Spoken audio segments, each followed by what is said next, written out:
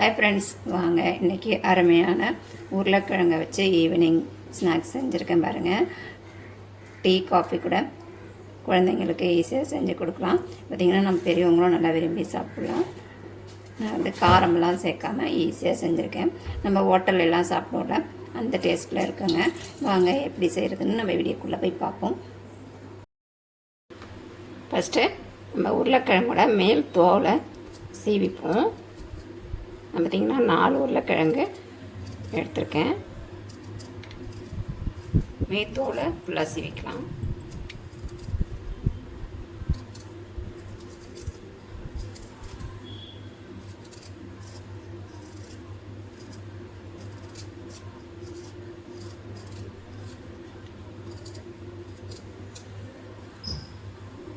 பார்த்திங்கன்னா தோல்லாம் சீவி எடுத்தாச்சு.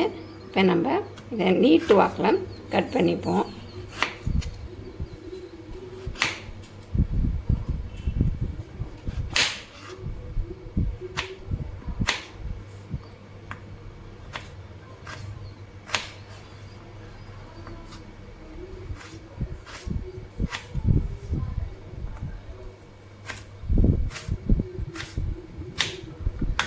பார்த்திங்கன்னா இந்த மாதிரி எல்லாத்தையுமே நம்ம கட் பண்ணி எடுத்துப்போம்.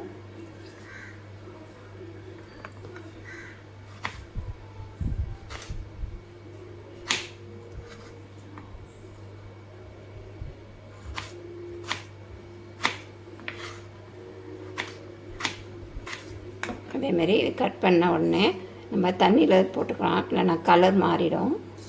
பக்கத்துலேயே தண்ணி வச்சுக்கோங்க. இந்த தண்ணியில் நம்ம சேர்த்துக்கலாம்.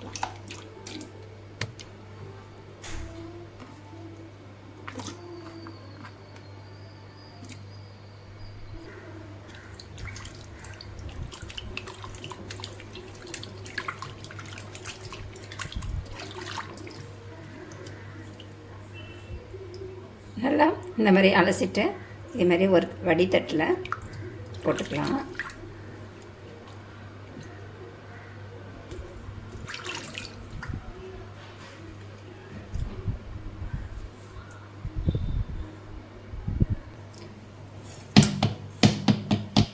தண்ணி கொஞ்சம் வடிஞ்சோன்னே பாத்திரத்தில் மாற்றிட்டு இது கூட கொஞ்சமாக உப்பு சேர்த்துக்குவேன்.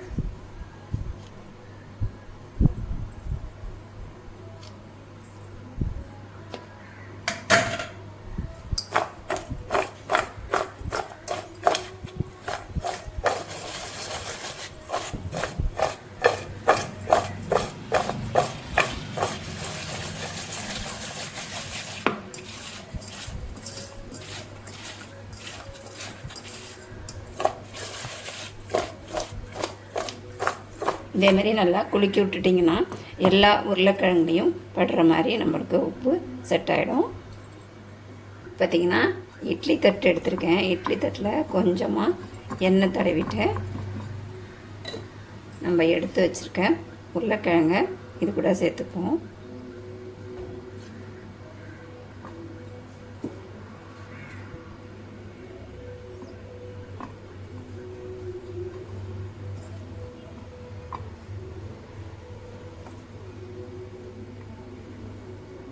நம்ம இந்த இட்லி குருவிலையும் வச்சுக்கலாம்.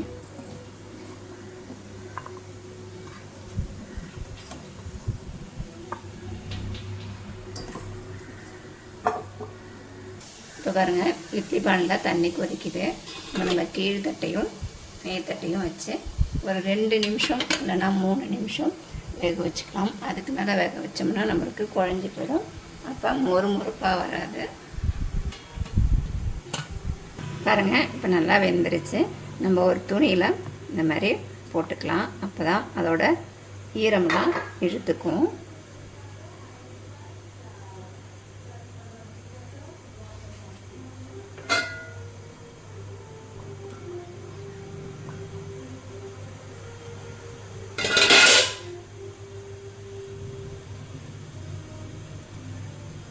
இப்படியே இது ஒரு 2 நிமிஷம் விட்டிங்கன்னா இதோட ஈரத்தன்மையெல்லாம் அந்த துணி இழுத்துக்கும். நம்மளுக்கு பொரிக்கிறதுக்கு ஈஸியாக இருக்கும். நல்லா மொறுமொறுப்பாகவும் இருக்கும். பாருங்கள். பாருங்கள், நான் கொட்டும்போது எவ்வளோ ஈரமாக இருந்துச்சு. இப்போ நல்லா காஞ்சிருச்சு பாருங்கள். ஒரு 2 நிமிஷத்துலேயே நம்மளுக்கு இந்த தண்ணியெல்லாம் காஞ்சிடும். இப்போ நம்ம அதுக்கு மாவு ரெடி பண்ணிக்கலாம். இது இன்னொரு பாத்திரத்தில் நம்ம மாற்றி வச்சுப்போம். இப்போ நம்ம அரிசி மாவு 2 ஸ்பூன் எடுத்துக்கலாம். நீங்கள் உருளைக்கிழங்குக்கு தகுந்த மாதிரி எடுத்துக்கோங்க. நான் 2 ஸ்பூன் அரிசி மாவு, 2 ஸ்பூன் கார்ன்ஃப்ளவர் மாவு.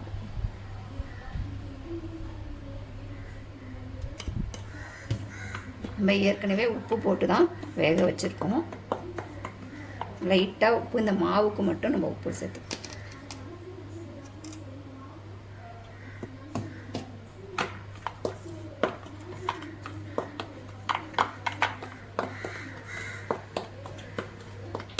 நல்லா கலந்து விட்டுட்டு நம்ம ரெடி பண்ணி வச்சுருக்கேன் உருளைக்கிழங்கை இதில் கொஞ்சம் கொஞ்சமாக போட்டு குலுக்கி எடுத்துக்கலாம். கையில் போட்டோம்னா நம்மளுக்கு மாவு இதாகிடும். இந்தமாரி டப்பா மாரி எடுத்துக்கோங்க.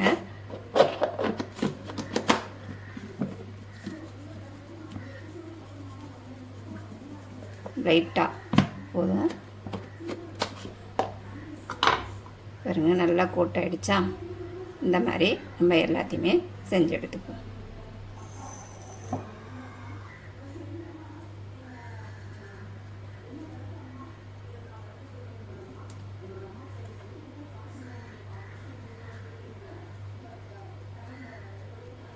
இதேமாரி எல்லாத்தையுமே நம்ம ரெடி பண்ணி வச்சுக்கலாம்.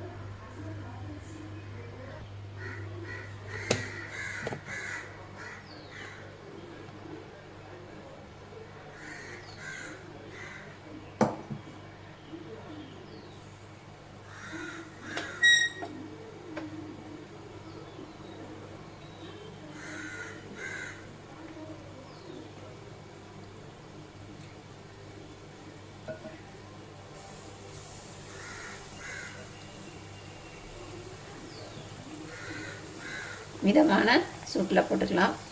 எண்ணெய் ரொம்ப ஹீட் ஆனிச்சுன்னா நம்மளுக்கு போட்டோன்னே நம்மளுக்கு கலர் மாறிடும்.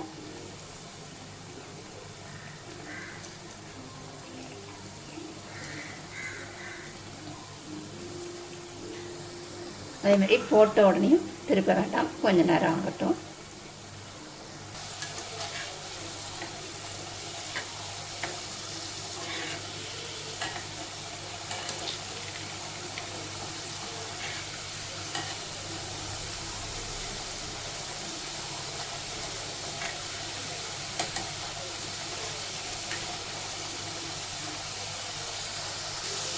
அவ்வளோதாங்க.